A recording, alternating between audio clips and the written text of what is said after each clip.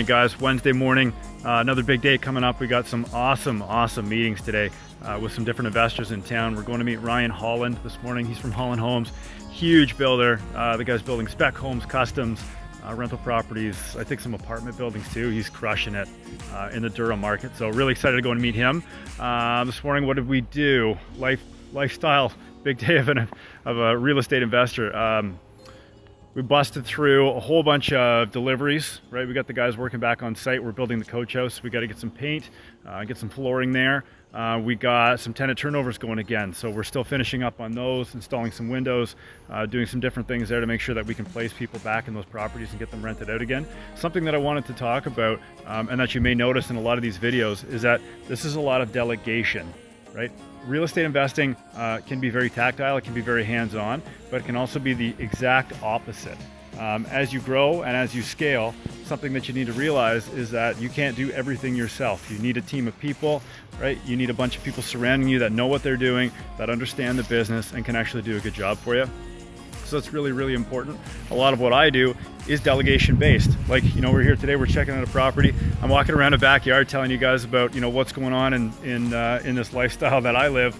And it's really important that you understand that in order to scale and in order to grow, you need to have those things in place. So we'll catch you on the next video. I'm heading in to meet Ryan Holland in about 20 minutes. We'll give you a quick update after we're done. Have a great day. Popped in here to flip that we're doing in Bowmanville. Started checking on the boys to see what's going on. Just had a good meeting with Ryan Holland. That guy's doing some unbelievable stuff. He's doing some infill developments, apartment building projects, like crazy stuff. Good for him. Fantastic meeting. I'm going to take you for a tour here. This project that we're doing. Close the door. It's getting chilly out there. So we are in rough construction phase. We'll just do a quick pan around. We're standing here in the living room of this flip that we're doing. Semi-detached, 3-bed, 2-bath. Over here we got a half bath as well that we're putting some laundry into. Toilet's gonna go back in that corner. Stackables all hidden. Up in behind me here in the living space, we had to rough in for some ducting, so we're doing where are we? We're doing like a little TV niche here with some pot lights, a feature wall, that kind of thing. That should be pretty cool. Then we're gonna work our way into the kitchen. Hallway. Up above, again, we had to do some rough-in ducting for the new furnace. Everything was baseboard heat.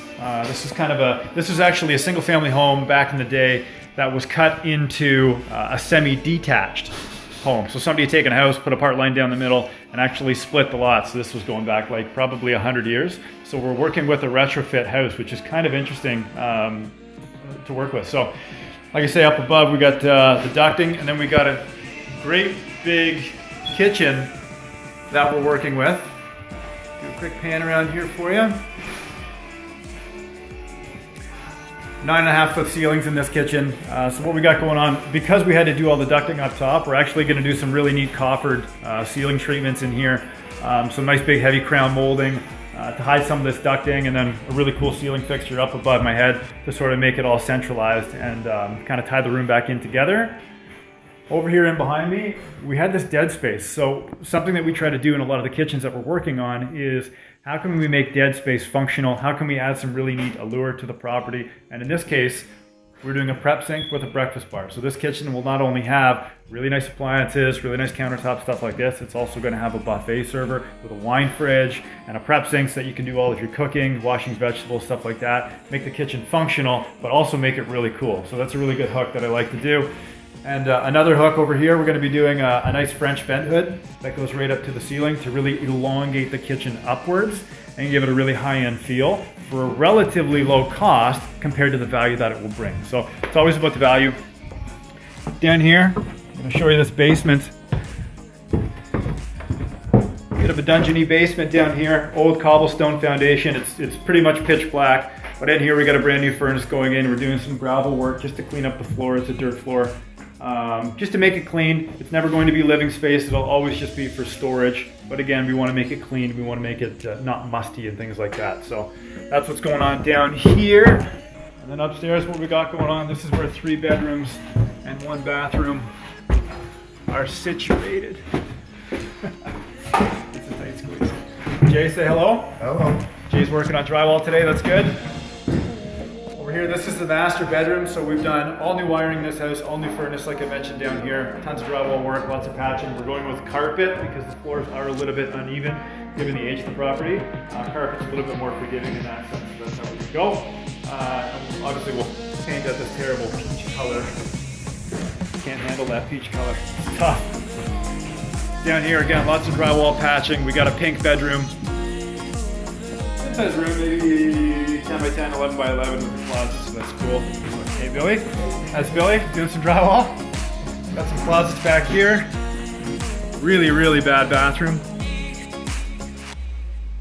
The all new tub, shower, toilet, vanity, all that stuff. And then again over here, we got the walls busted wide open, lots of patchwork. We'll end up having to skim out all these walls so you don't see the patches. There's nothing worse than looking at a wall and it's all chicken pox, right? So you want to make sure that everything gets blended in nice.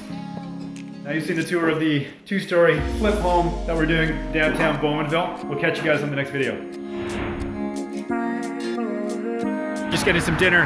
Just finished checking out a couple deals in the south end of Oshawa. A couple properties that are looking pretty good. Some private leads that we're checking out, trying to work some sellers and come up with some really good amicable solutions on move-out dates and price and stuff like this. Maybe some partnerships, we'll see. So we're really excited about that. Heading off to Durham REI tonight. That's an investor meeting that I go to every month in Ajax. It's on the border of Ajax and Whitby at the golf club there. Really great meeting, over 100 members that come out. You should definitely check it out if you're an investor or an aspiring investor to be. Really good spot, 40 bucks, gets you in the door and you get to meet a whole bunch of people that you wouldn't otherwise have a chance to talk to.